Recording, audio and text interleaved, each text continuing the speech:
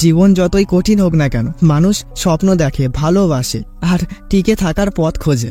তো আজকের গল্পটি মানিক বন্দ্যোপাধ্যায়ের একটি কালজয়ী উপন্যাস অবলম্বনে পদ্মা নদীর মাঝি। এই গল্পটি শুধু একটি নদীকে ঘিরে নয়, এটি একটি সামাজিক উপন্যাস।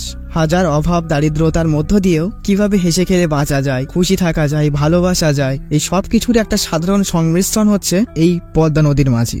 তো চলো গল্পে যাওয়া যাক। শহর থেকে দূরে পদ্মা নদীর পাড়ে একটা ছোট্ট অজপাড়া গা কেতুপুর। এই গ্রামের প্রায় অধিকাংশ মানুষই মাছ ধরে তাদের জীবিকা নির্বাহ করে। তো তাদের মধ্যে তেমনই একজন এই কুবেরের মাঝি। কুবের পরের নৌকায় মাছ ধরে তার সংসারটা কোনো প্রকারে সে সামলে নিয়ে যাচ্ছে। তো এমনই একদিন সকালে দুটো ইলিশ মাছ নিয়ে বাড়ি ফিরছিল। তখন গ্রামের একটি লোক বলে যে কুবেরের কালকে রাতে ছেলে সন্তান হয়েছে, কিন্তু কুবের তো কালো, তার ছেলে ফর্সা হয়েছে কিভাবে? তখন কুবেরের সঙ্গে যাওয়া লোকটি বলে, কুবেরের বউ তো ফর্সা, ওই জন্য ছেলে ফর্সা হয়েছে। না মানে কুবের রাত বিরাতে বাড়ি থাকে না তো, ওই জন্য। তা যাই হোক কুবের, তোকে খুশির খবর দিলাম, তো একটা ইলিশ মাছ দিয়ে যা। তো কুবের তাকে একটা মাছ দিয়ে যায়। তো কুবের বাড়ি আসে। তো তার সদ্যজাত সন্তানকে দেখে সে খুবই খুশি হয়। আর তাছাড়া কুবেরের এখনো একটা মেয়ে আর দুটো ছেলে আছে। আর এই যে কুবেরের স্ত্রী মালা, মালা জন্মগতভাবেই খোড়া, সে সাধারণভাবে হাঁটতে পারে না, তাকে খুঁড়িয়ে চলতে হয়। তবে এই ব্যাপারটা নিয়ে কুবেরের অত আফসোস নেই, সে সবকিছু জেনে বুঝেই বিয়ে করেছে। তো মালা কুবেরকে বলে, ঘরের চাল দিয়ে জল পড়ছে, এই বর্ষার সময় এটা ঠিক না করলে বাচ্চা কাচ্চাগুলো নিয়ে কোথায় যাব? কুবের বলে, হোসেন মিয়া সোল দেবে বলেছিল, এখন হোসেন মিয়া তো কলকাতায়, ফিরুক চেয়ে নেবো, তারপরে চালটা ছেয়ে নেব। সোল এক প্রকার ঘাস, ওই খড় যেমন সরু আর এ একটু মোটা হয়, আর সেই সময় খড় সোল এইসব দিয়ে ঘরে ছাউনি দেওয়া হতো। তো এরপরে ঘনসা আসে, অর্থাৎ কুবেরের মাছ ধরার সঙ্গী। এই ঘনসা আর কুবের আজানখুড়ার নৌকায় একসঙ্গে মাছ ধরে। তো নদীর পাড়ে আমরা হোসেন মিয়াকে দেখতে পাই। গ্রামের লোক হোসেন মিয়াকে ভালোবেসে মিয়া ভাই বলে ডাকে। তো কুবেরের ছেলে হয়েছে শুনে হোসেন মিয়া খুবই খুশি হয়। তো হোসেন মিয়া আজকেই কলকাতা থেকে ফিরল। হোসেন মিয়া অ্যাকচুয়ালি এদের গ্রামের নয়, সে অনেকদিন আগে নোয়াখালী থেকে এই পদ্মা নদীর পাড়ে ছোট্ট কেতুপুর গ্রামে সে আসে। তখন তার কিছুই ছিল না, কিন্তু এই কয়েক দশকের মধ্যে হোসেন মিয়ার অবস্থা পাল্টে গেছে। গ্রামের সবাই জানে সে ব্যবসা বাণিজ্য করে, কিন্তু সে যে আসলে কোথায় কিসের ব্যবসা করে সেটা গ্রামের লোক জানে না। লোকমুখে শোনা যায় সে নাকি পাচার করে, তবে এর কোনো জোরালো প্রমাণ নেই। তো হোসেন মিয়া কুবেরের সঙ্গে কথা বলতে বলতে ব্যস্ততার জন্য সে চলে যায়। কুবেরের আর সোল চাওয়া হয় না। তো এরপরে কুবেররা মাছ ধরতে বেরোলে মাছ নদীর থেকে একটা আর্ত চিৎকার তারা শুনতে পায়। তো এরা চিৎকার শুনে বুঝতে পারে এ তো তাদের গ্রামের রাসুর চিৎকার।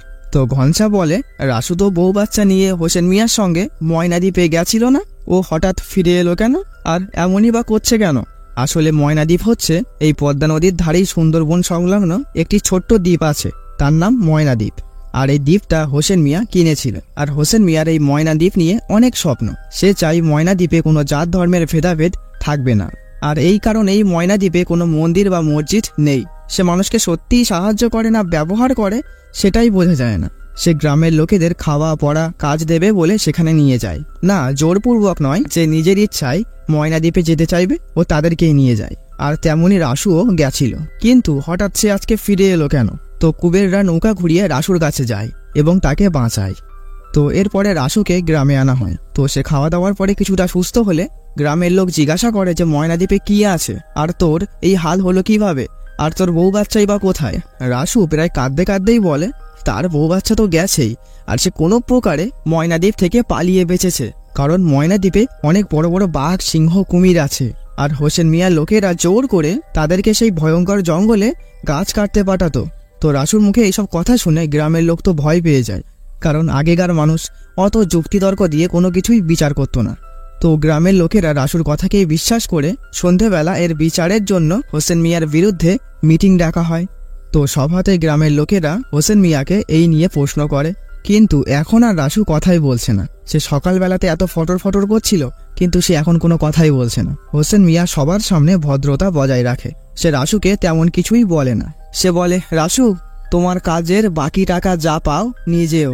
আর সে সবাইকে উদ্দেশ্য করে বলে যে আমি তো ময়নাদ্বীপে কাউকে জোরপূর্বক নিয়ে যাই না, যে নিজের ইচ্ছাতেই যেতে চাই তাকেই নিয়ে যাই। আর রাসু যদি আমাকে বলতো ও চলে আসবে, তাহলে আমি নিজেই ময়নাদ্বীপ থেকে ওকে নিয়ে আসতাম। ও নিজেই পাকামি করে পালাতে গিয়ে যদি বিপদ ঘটিয়ে বসে, তা আমি কি করতে পারি? তো হোসেন মিয়ার কথায় যুক্তি থাকায় কেউ আর কিছুই বলতে পারে না। তো একদিন রাত্রেবেলা কুবেরের স্ত্রী মালা কুবেরকে বলে তাদের মেয়ে গোপী বড় হচ্ছে, মেয়ের তো এইবারে বিয়ে দিতে হবে। তো গ্রামের জুবিল্লা বলে একজন, এখন সে খুব খেটে খুঁটে একটা জায়গায় এসছে এবং সে একটা নৌকাও কিনেছে, তাই সে যদি গোপীরে বিয়ে করে তা ভালোই হতো। কিন্তু জুবিল্লা গোপীরে বিয়ে করতে চায় কিনা এই নিয়ে সে হ্যাঁও বলে না নাও বলে না। কুবির মালাকে বলে একটা কথা, রাসু বলছিল ও নাকি গোপীরে বিয়ে করবে। এটা শুনে মালা অবাক হয়ে যায়। তো পরের দিন সকালে খবর আসে মালাদের গ্রামে, মানে তার বাপের বাড়ির গ্রামে বিশাল বন্যা হয়ে গেছে, তাদের অবস্থা এখন খুব শোচনীয়। তাই মালা কুবিরকে বলে যে তার বাপের বাড়িতে সবাই ঠিক আছে কিনা দেখে আসছে। তো এরপরে কুবির নৌকা নিয়ে তার শ্বশুর বাড়ির হাল দেখতে আসে। সে তাকে সত্যি পুরো গ্রাম বন্যায় ডুবে গেছে, তার শ্বশুররা জলের উপরে একটা মাচা পেতে কোনো প্রকারে টিকিয়ে আছে। তো কুবের তার শ্বশুর শাশুড়িকে তার বাড়িতে যেতে বলে। কুবেরের শ্বশুর বলে, বাবা এই বাড়ি ঘর ছেড়ে যাওয়া যায়, তাতে গরু ছাগলগুলো আছে, এক কাজ করো তুমি বাচ্চা কাচ্চাগুলো আর কপিলাকে তোমার সঙ্গে নিয়ে যাও। কপিলা হচ্ছে মালার বোন। কপিলার বিয়ে হয়ে গেছিল, কিন্তু তার স্বামী নতুন আর একটা বিয়ে করেছে এবং কপিলাকে তাড়িয়ে দেওয়ায় সে বাপের বাড়িতে চলে এসছে। তবে এখানে বলে রাখি, কপিলার সঙ্গে কুবেরের একটু ইঙ্কি পিঙ্কি সম্পর্ক আছে। কুবের ব্যাপারটা অ্যাভয়েড করলেও কপিলা ততই কুবেরের গা ঘেঁষে। তো এরপরে কুবের বাচ্চা কাচ্চাগুলো ও কপিলাকে নিয়ে তার বাড়িতে চলে আসে। তো এরা সবাই আসাতে মালাও খুব খুশি হয়। কপিলা মালার সংসারে একটু হাতে হাতেও কাজ করে দেয়। তো এমনই একদিন নদীর পাড়ে কুবেরের কাছে গিয়ে কপিলা ঝোলাঝুলি করতে থাকে। কুবের বলে, আরে লোকে খারাপ বলবে, এখান থেকে যা। তো এরপরে কপিলা বাড়িতেও তার দিদির সামনে কুবেরকে চিমটি কাটাকাটিও করে। এতে মালা অবশ্য কিছু বলে না, কারণ শালি বোনাই তো আড্ডা মারতেই পারে। হ্যাঁ, তারপরেও তার মনে ছোট্ট পিন ফুটলেও ফুটতে পারে, কিন্তু সে ব্যাপারটাকে স্বীকার করে না। তো একদিন রাস্তায় হাসু গোপীকে ধরে এবং তাকে একটা হার দেয়। তো এমনই একদিন বিকেলে হঠাৎ কাল বৈশাখী ঝড় আছড়ে পড়ে। কেতপুর গ্রাম পুরো ওলট পালট করে দিয়ে যায়, প্রচুর মানুষের ক্ষয়ক্ষতি হয়ে যায়। একটা গাছের ডাল ভেঙে গোপীর পায়ে পড়ে এবং তার পা ফ্র্যাকচার হয়ে যায়। অবশেষে ঝড় বৃষ্টি থামে। গ্রামের বৃদ্ধা ও মহিলারা তাদের প্রিয়জনদের ফিরে আসার জন্য পদ্মা নদীর পাড়ে অপেক্ষা করছে। তো অনেকেই ফিরে আসে, আবার অনেকেই নৌকা উল্টে পদ্মায় তলিয়ে গেছে। তো কুবেরের মাঝি এখনো ফিরে আসেনি। তো এতে মালা ভয় পেয়ে যায় এবং সে কাঁদতে থাকে। তো অবশেষে কুবের বাড়ি ফেরে, কিন্তু আজান খোঁড়ার নৌকা ডুবে গেছে। তো কুবের পড়ে যায় মহাবিপদে, কারণ সে তার নৌকাতেই মাছ ধরে তার জীবিকা নির্বাহ করত। তো সে বাড়ি ফিরে দেখে মালার পায়ের অবস্থা খুবই খারাপ। তো ঝড়ের পরে ক্ষয়ক্ষতি দেখার জন্য আসে গ্রামের জমিদার মেজকর্তা। সে গ্রামের লোকেদের আশ্বাস দেয় যে যাদের বেশি ক্ষয়ক্ষতি হয়েছে তাদেরকে সে সাহায্য করবে, এবং সে গ্রাম পরিদর্শনেও বেরোয়। এবং সে কুবেরের ছেলে হয়েছে শুনে সে মালার কাছে তার ছেলেকে দেখতে যায়। আর এমনিও গ্রামে মালা আর মেজকর্তাকে নিয়ে একটা কানাঘুষো ছিল, কিন্তু সত্যি কথা বলতে আদেও তাদের মধ্যে কিছুই নেই। তো মালার ছেলের হাতে একটা কয়েন দেওয়ায় কুবের এটা দেখতে পায়। অবশ্য সে কিছু বলে না, কিন্তু ব্যাপারটা সে ঠিকভাবে নেয় না, কারণ মানুষের মনে একটা ভ্রান্ত ধারণা থাকে যে যেটা রটে তার কিছু না কিছু তো ঘটে। আর এইদিকে হোসেন মিয়াও গ্রামবাসীকে আশ্বাস দেয় সেও গ্রামবাসীকে সাহায্য করবে, কিন্তু নগদ কোনো অর্থ দেবে না। সে সোন বাঁশ সবকিছুই দেবে, এমনকি ঘরও বেঁধে দেবে, তবে তার বদলে সবাইকে একটা করে টিপ ছাপ দিতে হবে। আর এইদিকে গোপীর পায়ের অবস্থা দিনের পর দিন খারাপ হচ্ছে। তো শেষমেশ গোপীকে হসপিটালে নিয়ে আসা হয়। কুবিরের সঙ্গে রাসু আর কপিলাও আসে। ডাক্তার জানায় গোপীর পা অনেকটাই ফ্র্যাকচার হয়েছে, অপারেশন করতে হবে, গোপীকে এখানে এখনো 2-3 দিন থাকতে হবে। তো তাই কুবের বলে যে রাসু আর বাদবাকি লোকের সঙ্গে কপিলাকে বাড়ি চলে যেতে, সে আজকে এখানে থাকছে। কিন্তু কপিলা বলে, না তোমরা যাও, আমি থাকছি। আহারে, মেয়েটা মাসি মাসি করে কিরকম কাঁদছে দেখেছো। কুবের বলে, আরে তুই থাকলে হয়, তুই চলে যা। কিন্তু সবাই চলে গেলেও কপিলা যায় না। অতঃপর রাতও হয়ে যায়। তো মেয়ে মানুষকে নিয়ে তো রাস্তায় থাকা যায় না। তো একটা ছোট্ট একচালা ঘর নিয়ে তারা রাত কাটায়। তো এরপরে তারা বাড়ি আসে এবং কপিলা তার দিদির কাছে গল্প দেয় যে মাঝি আমারে অনেকবার বলেছিল বাড়ি যেতে, কিন্তু আমি আসিনি, কারণ গোপী তো মাসি মাসি করে পুরোই পাগল, আর ওর ওই অবস্থা। শেষমেশ ঘুমের ঔষধে ও ঘুমায়। তারপরে ডাক্তার আমাদেরকে বলল যে এখানে থেকে আর তোমাদের কাজ নেই, বাড়ি চলে যাও। তো ঘাটে এসে দেখি একটাও নৌকা নেই। তখন রাত হয়ে গেছিল, মেয়ে মানুষ বাইরে থাকতেও পাচ্ছি না। শেষমেশ এক মুক্তার বাবু ওনাদের বাড়িতে আমাদের থাকতে দেয়। আসলে কপিলা খুব চতুর মেয়ে, কারণ সে যদি একেবারেই মিথ্যে বলতো, যতই সে কথাই বলুক না কেন, একটা মিথ্যে ঢাকতে 100টা মিথ্যে বলতে হয়, কিন্তু শেষমেশ সত্যেরই জয় হয়। তাই কপিলা কথাটা ঘুরিয়ে অর্ধ সত্যি বলল। তো যাই হোক, এরপরে গোপীকেও বাড়ি আনা হয়। তো সবকিছুই ভালোই চলছিল। তো হঠাৎ একদিন কপিলার স্বামী শ্যামা দাস চলে আসে। সে কপিলাকে নিয়ে যেতে এসছে। আসলে সে দ্বিতীয়বার বিয়ে করেছিল, তো তার দ্বিতীয় স্ত্রী হঠাৎ মারা গেছে, আর তাই তার কপিলার টান ধরেছে, সে চলে এসছে। তো এতে কপিলা আর কুবের খুশি না হলেও মালা খুশি হয়, কারণ তার মনে একটা সন্দেহ আছে। আর তাছাড়া তার বোনের সংসারটা যেটা ঘটে গেছে তো ঘটে গেছেই, এখন মিটমাট হয়ে গেলেই সে খুশি। তো কুবের শ্যামাদাসের সঙ্গে মুখে হাসি মনে রাগ নিয়ে তার সঙ্গে কোনো প্রকারে তাল দিয়ে যাচ্ছে, কারণ সে প্রথমটাই অ্যাভয়েড করলেও এতদিন এসে কপিলার সঙ্গে খুব ভালো মতোই একটা অদ্ভুত অস্বাভাবিক টানে আটকে গেছে। কিন্তু কপিলা বুদ্ধিমতী মেয়ে, সে ঠিক করে নেয় তার এখন কি করতে হবে। সে তার স্বামীকে ক্ষমা করে দেয় এবং তার সঙ্গে তার বাড়িতে চলে যায়। এতে কুবেরের রাগ হয়, কষ্ট হয়, খারাপ লাগে, কিন্তু তার বুক ফাটলেও মুখ ফোটার জো নেই। তো এমনই একদিন হোসেন মিয়া কুবেরকে বলে যে তার নৌকাতে সে কাজ করবে কিনা। আজানখোরা নৌকা ডুবে যাওয়ায় কুবেরের কাছে এখন তো এমনিও কোনো কাজ নেই। তো হোসেন মিয়ার এই প্রস্তাব কুবেরের কাছে তো পুরো ভগবান দর্শনের সমান। সে রাজি হয়ে যায়, কারণ তাদের এলাকাতে হোসেন মিয়ার মতো বড় নৌকা আর কারণ নেই। সুতরাং তার নৌকাতে মাঝি হতে পারলে তার সংসার তো খুব ভালো মতোই চলবে, আর এলাকাতে একটা ভালো সম্মানও পাওয়া যাবে। তো এরপরে কুবের হোসেন মিয়ার নৌকায় কাজ করতে করতে সে জানতে পারে হোসেন মিয়ার কাজ হচ্ছে গ্রামের জিনিসপত্র কম টাকায় কিনে তা বাইরে রপ্তানি করা, অর্থাৎ ইম্পোর্ট এক্সপোর্টের ব্যবসা। তো এরপরে একদিন হোসেন মিয়া কুবেরকে নিয়ে ময়নাদ্বীপ ঘুরতে আসে। তো কুবের ময়নাদ্বীপে এসে এইবারে বুঝতে পারে যে হাসু ময়নাদ্বীপ সম্পর্কে যে কথা বলেছিল তা একেবারেই ভিত্তিহীন।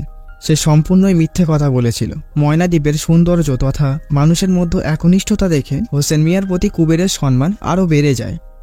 তো সেখানে দেখা যায় একজনকে পরকীয়ার অভিযোগে গাছের সঙ্গে বেঁধে রাখা হয়েছে, মানে এই লোকটার স্ত্রীর সঙ্গে এর সম্পর্ক ছিল।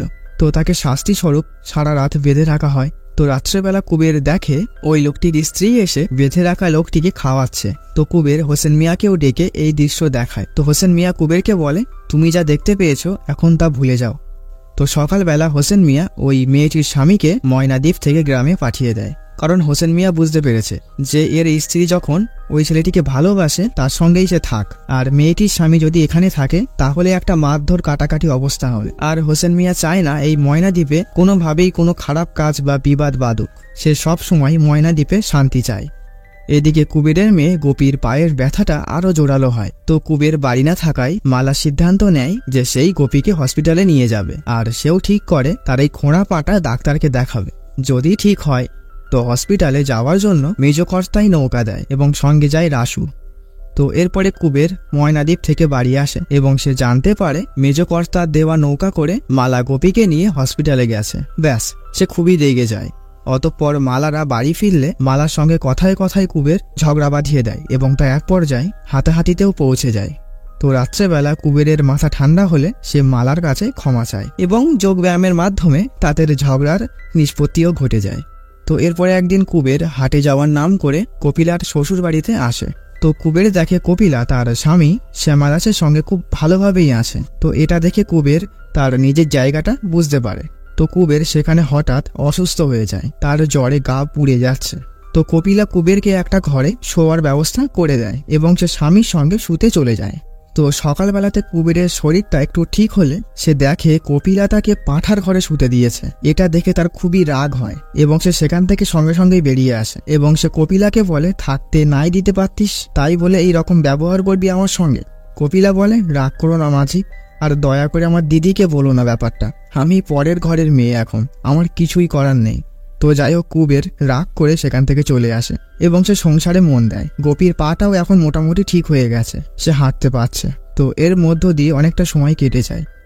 তো দোলের দিন কুবেররা শ্বশুর বাড়িতে আসে, ওইদিকে কপিলারাও আসে। কিন্তু এইবারে আর কুবের কপিলাকে অতটাও গুরুত্ব দিচ্ছে না।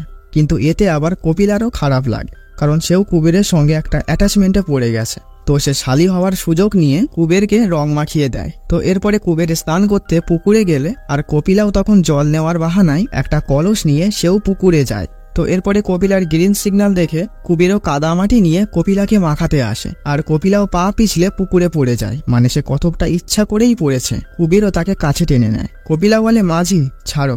অ্যাকচুয়ালি কপিলা এটা মন থেকে বলছে না, মানে এটা বলতে হয় তাই বলছে। আসলে এরা দুজনাই একটা দোটানা দ্বন্দ্বে পড়ে গেছে, মানে তাদের এগোনোরও ক্ষমতা নেই আর পিছনোরও ক্ষমতা নেই। এরা দুজনাই তাদের সাংসারিক জীবনে ঠিকই আছে, কিন্তু একে অপরের প্রতি যে অ্যাট্রাকশন এদের আছে সেখান থেকে এরা বেরোতে পারছে না। তো কুবের কপিলাকে বলে, তোরে না আমার খুব মনে পড়ে। কপিলা বলে, আমাকে ভুলে যাও মাঝি, আমি এখন তো সংসারে গেছি। তো তো এরপরে কয়েক মাস পেরিয়ে যায়। একদিন রাসু কুবেরকে বলে যে গোপীকে আমার সঙ্গে বিয়ে দেবে না মাঝি। কুবের বলে গোপীর বয়স তো এখন অল্প আর তোর বয়স তো অনেক বেশি, তাই হোসেন মিয়া একটা ভালো পাত্র খুঁজে দিয়েছে, ওর সঙ্গেই বিয়ে ঠিকঠাক করে ফেলেছি। এটা শুনে রাসু অনেক রেগে যায়। সে বলে তুমি আমার সঙ্গে এরকম করলে মাঝি, আমি তোমার সর্বনাশ করে ছাড়বো। তো এরপরে কুবের তার পছন্দের পাত্রর সঙ্গে তার মেয়ে গোপীর বিয়ে দিয়ে দেয়। তো বিয়েটা ভালোভাবেই হয়ে যাওয়ায় কুবের ও মালা দুজনাই একটা স্বস্তির নিঃশ্বাস ফেলে। তো এমনই একদিন কুবেরের মাছ ধরে ফিরতে ফিরতে মাঝরাত হয়ে যায়। সে দেখে ওই অন্ধকারের মধ্যেই কপিলা তার জন্য অপেক্ষা করছে। তো সে কিছুটা অবাক হয় এবং সে কপিলার কাছে যায়। তো কপিলা কাঁদতে কাঁদতে কুবেরকে বলে যে মাঝি তুমি এখন বাড়ি যেও না, তোমাকে পুলিশ এখন খুঁজছে। আসলে ব্যাপারটা হয়েছে, রাসুর এক বৃদ্ধ মামা ছিল, তার সারা জীবনের সঞ্চয় একটা কলসের মধ্যে করে তার ঘরের মধ্যে পুঁতে রেখেছিল। আগেকার মানুষ এইভাবেই টাকা পয়সা রাখতো। তো রাসুর মামার সন্দেহ রাসুই টাকা পয়সাগুলো নিয়েছে। তো পুলিশ রাসুর পুরো তল্লাশি করে, কিন্তু রাসুর কাছ থেকে ওই কলস পাওয়া যায় না। কিন্তু সে পরে ওই কলসটি কুবেরের বাড়ি গিয়ে লুকিয়ে আসে এবং সে পুলিশকে বলে দেওয়ায় কুবের চুরির দায়ে ফেসে গেছে। আর কুবেরও বুঝতে পারে যে রাসু তাকে খুব বাজেভাবে ফাঁসিয়েছে, কারণ সে বলেছিল গোপীকে না দিলে সে তার সর্বনাশ করবে, আর সে সেটাই করেছে। তাই সাহায্যের জন্য কুবের হোসেন মিয়ার বাড়িতে যায়, কপিলাও তার সঙ্গে যায়। তো হোসেন মিয়া বলে আমি বুঝতে পারছি তুমি খুব বাজেভাবে ফেসে গেছো, তোমাকে এখন পালাতেই হবে। তুমি ময়নাদ্বীপ যাবে? কুবের বলে এই পরিবার ছেড়ে, সবাইকে ছেড়ে আমি ময়নাদ্বীপে একা গিয়ে কি করব? হোসেন মিয়া বলে এছাড়া তো কোনো উপায়ও নেই, তুমি এখন ময়নাদ্বীপে চলে যাও, এই দিককার পুলিশ আমি সামলে নিচ্ছি, আর কিছুদিন পরে তোমার বউ বাচ্চা আমি ওখানে পাঠিয়ে দেব, আর যতদিন ব্যাপারটা না মেটে তোমার বউ বাচ্চাকে আমিই দেখব, তোমার কোনো চিন্তা করতে হবে না। তো কুবেরের কাছে আর কোনো অপশন না থাকায় সে ময়নাদ্বীপ যেতে রাজি হয়ে যায়। তো ভোরের আলো ফোটার আগেই হোসেন মিয়া কুবেরকে নৌকায় তুলে দেয়। কুবের চলে যাচ্ছে এটা দেখে কপিলার মনটা হু হু করে ওঠে। সে কুবেরকে গিয়ে বলে মাঝি আমাকে তোমার সঙ্গে নেবে? কুবের আবেগী হয়ে পড়ে, কারণ সে এখন নিঃসঙ্গ, তার পরিবার পরিজন সঙ্গে নেই, তার সমস্ত কাছের মানুষকে ছেড়ে তাকে চলে যেতে হচ্ছে। আর সেখানে একজন সঙ্গী পাওয়া তো ভাগ্যের ব্যাপার, তাও সেই সঙ্গী কপিলা, সেও রাজি হয়ে যায়। তো কপিলাও সবকিছুই ছেড়ে ছুড়ে কুবেরের সঙ্গে ময়নাদ্বীপে চলে যায়। আর এইদিকে মালাকে দেখতে পাই, সে বসে আছে, সবকিছুর মধ্য দিয়েই সেই নিঃসঙ্গ হয়ে গেল। আর গল্পটি এখানেই শেষ হয়ে যায়। তো গল্পটি কেমন লাগলো অবশ্যই জানিও। তো আজকের মতো টাটা।